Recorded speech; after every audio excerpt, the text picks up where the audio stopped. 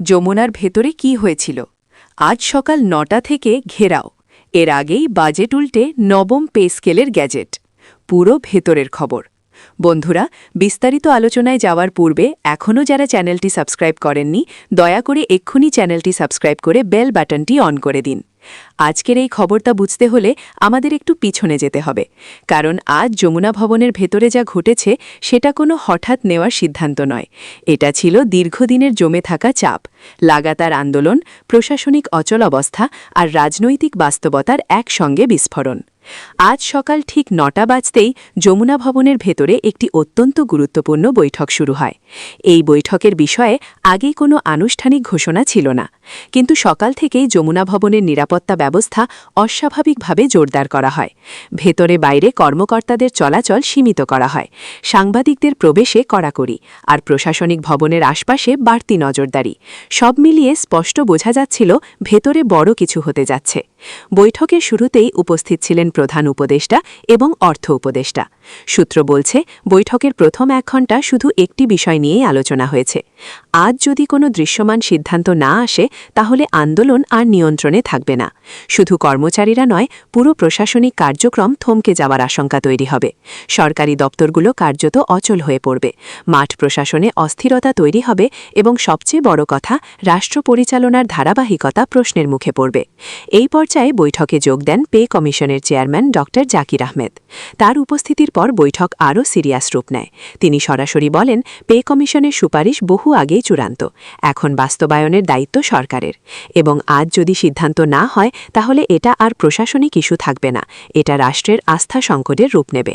এই বক্তব্যের পর থেকেই বৈঠকের মোড় ঘুরে যায়। যমুনা ভবনের ভেতরে থাকা একাধিক উচ্চ পর্যায়ের কর্মকর্তা নাম প্রকাশ না করার শর্তে বলেন, আজ সিদ্ধান্ত না হলে কাল পরিস্থিতি সামলানো যাবে না, গ্যাজেট না হলে আন্দোলন থামবে না, এবং আন্দোলন যদি আরও বড় হয় তাহলে কেবল কর্মচারীদের দাবি নয়, রাজনৈতিক পরিস্থিতিও অনিয়ন্ত্রিত হয়ে যেতে পারে। এখানেই আসে সবচেয়ে সংবেদনশীল অংশ, বাজেট। এতদিন সরকার বলে আসছিল, নবম পে স্কেল বাস্তবায়নে বাজেট ঘাটতি আছে, রাজস্ব ঘাটতি আছে, অর্থনৈতিক চাপ আছে, আন্তর্জাতিক বাস্তবতা আছে।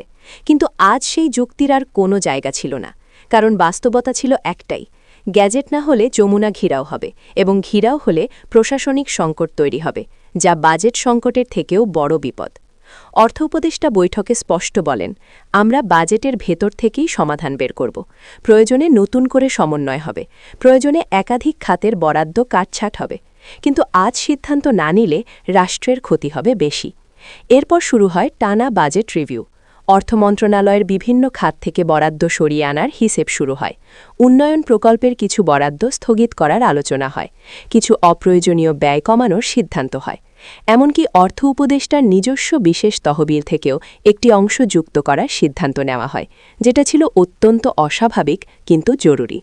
সব মিলিয়ে তৈরি হয় একটি আলাদা বাজেট প্যাকেজ, যার একমাত্র উদ্দেশ্য নবম পে স্কেলের গ্যাজেট বাস্তবায়নের জন্য অর্থ নিশ্চিত করা।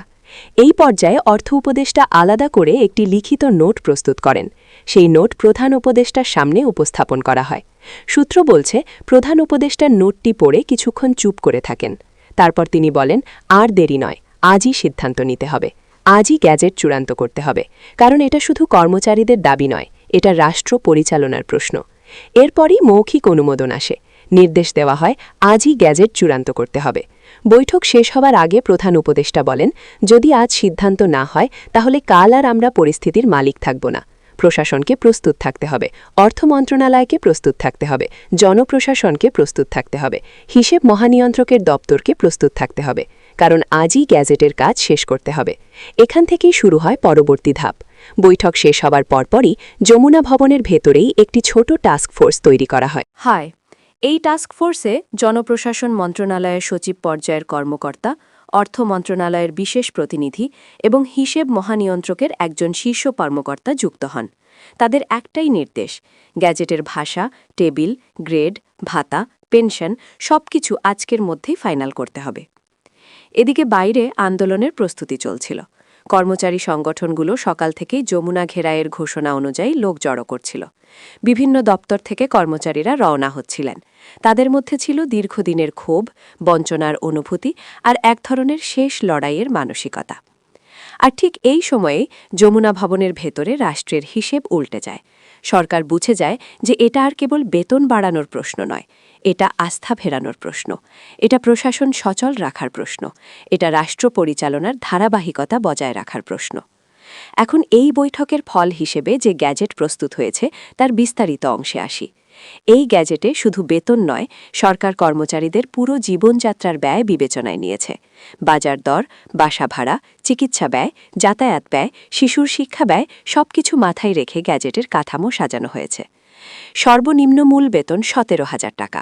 নিম্ন গ্রেডের কর্মচারীদের জন্য এটি একটি মৌলিক পরিবর্তন। বাজার দর, বাসা ভাড়া ও নিত্য প্রয়োজনীয় পণ্যের দাম বিবেচনায় এই অঙ্ক নির্ধারণ করা হয়েছে। সূত্র বলছে আগে সরকার 15,000-এর নিচে রাখতে চাইছিল, কিন্তু আন্দোলনের বাস্তবতা এবং জীবনযাত্রার ব্যয় বিবেচনায় 17,000-ই চূড়ান্ত হয়। সর্বোচ্চ মূল বেতন 1,05,000 টাকা সিনিয়র পর্যায়ের কর্মচারীদের জন্য নির্ধারিত। এতে প্রশাসনের শীর্ষ পর্যায়ের কর্মচারীদের জন্য একটি নতুন কাঠামো তৈরি হয়েছে, যাতে সরকারি চাকরির মর্যাদা এবং কাঠামোগত ভারসাম্য বজায় থাকে। পেনশন সুবিধা বৃদ্ধি 80% পর্যন্ত। এটি গ্যাজেটের সবচেয়ে বড় সিদ্ধান্তগুলোর একটি। অবসরপ্রাপ্ত কর্মচারীদের দীর্ঘদিনের দাবির প্রতিফলন। সূত্র বলছে প্রথমে 70% পর্যন্ত ভাবা হচ্ছিল, কিন্তু বৈঠকে সরাসরি বলা হয় পেনশন না বাড়ালে আন্দোলন থামবে না। এরপর 80% পর্যন্ত বাড়ানো হয়। বার্ষিক ইনক্রিমেন্ট 5%। প্রতি বছর নিয়মিত কার্যকর হবে, কোনো অনিশ্চয়তা থাকবে না। আগে বিভিন্ন সময়ে ইনক্রিমেন্ট নিয়ে নানা জটিলতা তৈরি হতো। এবার গ্যাজেটে স্পষ্ট করে বলা হয়েছে এটি বাধ্যতামূলকভাবে কার্যকর হবে। চিকিৎসা ভাতা 60% বৃদ্ধি। বর্তমান চিকিৎসা ব্যয়ের বাস্তবতা মাথায় রেখে এই সিদ্ধান্ত। সরকারি কর্মচারীদের সবচেয়ে বড় অভিযোগ ছিল চিকিৎসা ভাতা বাস্তব ব্যয়ের তুলনায় অত্যন্ত কম। এবার সেটিকে বাস্তবসম্মত করার চেষ্টা করা হয়েছে।